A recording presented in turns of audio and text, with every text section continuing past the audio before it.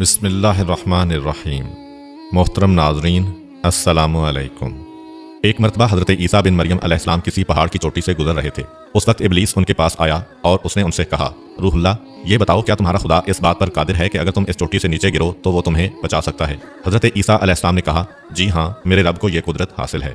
ابلیس نے کہا، یہ بات حق ہے اور آپ اپنے اس دعویٰ میں سچے ہیں تو آپ اپنے آپ کو اس پہاڑ کی چوٹی سے گرا دیں، میں دیکھتا ہوں کہ آپ کا رب آپ کو مرنے سے کیسے بچاتا ہے۔ حضرت سے کہا، لعین، کیا تو چاہتا ہے کہ میں اپنے رب کی آزمائش کروں؟ یہ علیحدہ بات ہے کہ مجھے اس بات کا یقین ہے کہ میرا خدا میری حفاظت کرے گا۔ حضرت عیسیٰ علیہ السلام نے محسوس کیا کہ شیطان لعین انہیں ناجائز وسوسہ میں مبتلا کرنا چاہتا ہے۔ انہوں نے، کیونکہ تم مردے زندہ کرتے ہو اور غیب جانتے ہو اور لوگوں کو غیب کی خبریں دیتے ہو۔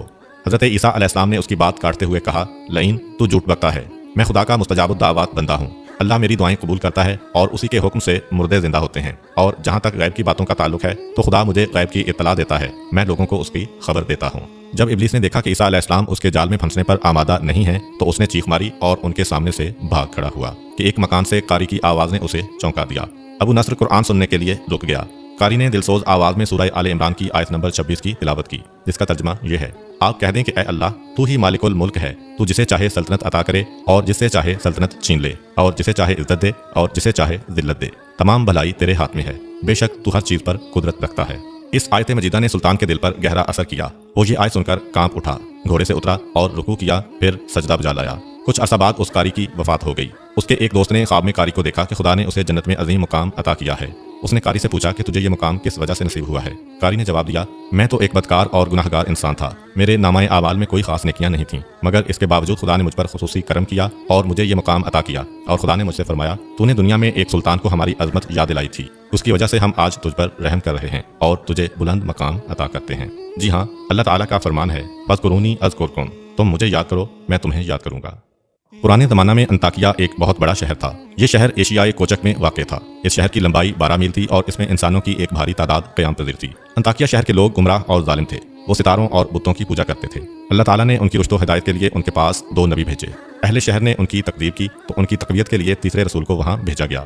چنانچہ تینوں انبیاء نے لوگوں کو خدا کے راستہ کی دعوت دی اور شہر کے گوشہ گوشہ میں انہوں نے تبلیغ دین کی، لوگوں کو توحید کی دعوت دی، معاد اور یوم قیامت سے آگاہ کیا اور انہیں عذاب خداوندی سے خبردار کیا۔ اہل شہر بڑے بدبخت تھے۔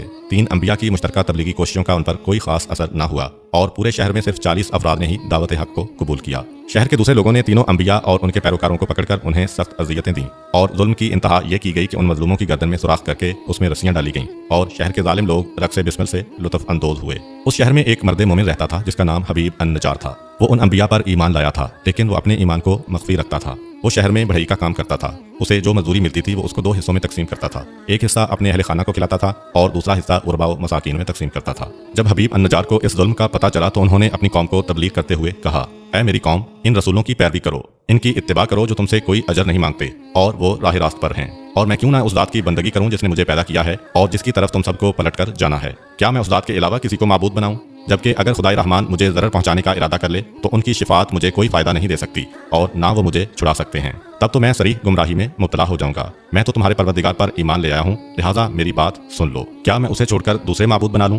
حالانکہ اگر خدائے رحمان مجھے کوئی نقصان پہنچانا چاہے تو نہ ان کی شفاعت میرے کسی کام آ سکتی ہے اور نہ وہ مجھے چھڑا ہی سکتے ہیں۔ اگر میں ایسا کروں تو میں وعدے گمراہی میں مبتلا ہو جاؤں گا۔ میں تمہارے رب پر ایمان لے آیا، تم بھی میری بات مان لو۔ لیکن ظالم لوگوں نے ان کی بات پر کان نہ دھرے اور ان کی نصیحت سن کر خواب غفلت سے بیدار نہ ہوئے، بلکہ ظالم درندے یکدم اس پر ٹوٹ پڑے اور بیچارے کو اتنا مارا کہ اس کی آنتیں باہر نکل آئیں۔ پھر اس کا گلا دبا کر قتل کر دیا اور لاشا کو ایک کنویں میں ڈال کر اس میں مٹی ڈال دی گئی اور وہ کنواں اس کا مدفن بن گیا۔ بعض روایات کے مطابق ظالموں نے اسے پکڑ کر آری سے 2 حصوں میں تقسیم کیا تھا۔ ایک اور روایت میں مذکور ہے کہ لوگوں نے اس کی گردن میں سوراخ کیا اور اس میں رسی ڈالی اور پھر اسے صلیب پر چڑھا دیا، جہاں اس کی موت واقع ہوئی۔ حبیب النجار کو موت سے قبل انبیاء دکھائی دیے تو اس نے یہ آخری الفاظ کہے، میں تمہارے رب پر ایمان لایا ہوں، میرے گواہ رہنا۔ اس کے بعد اس کی روح کف سے عنصری سے پرواز کر گئی۔ اللہ تعالیٰ نے اس کی قربانی کو قبول کیا اور اسے عظیم ثواب دیا۔ اس کی روح جیسے ہی جسم سے جدا ہوئی تو اسے جنت بھیج دیا گیا، جیسا کہ قرآن مجید بیان کرتا ہے۔ حبیب النجار کو نیک انجام مبارک ہو۔ کا ہر فرمان برحق ہے اور ہمیں اس میں شک کرنے کی کوئی گنجائش نہیں ہے، لیکن میں خدا کی آزمائش نہیں کرتا۔ کچھ دنوں بعد ابلیس ان کے پاس آیا اور ان سے کہا، عیسیٰ علیہ السلام، تم تو اللہ ہو۔ ابو نصر نشاپور کا ایک سلطان ہو گزرا ہے۔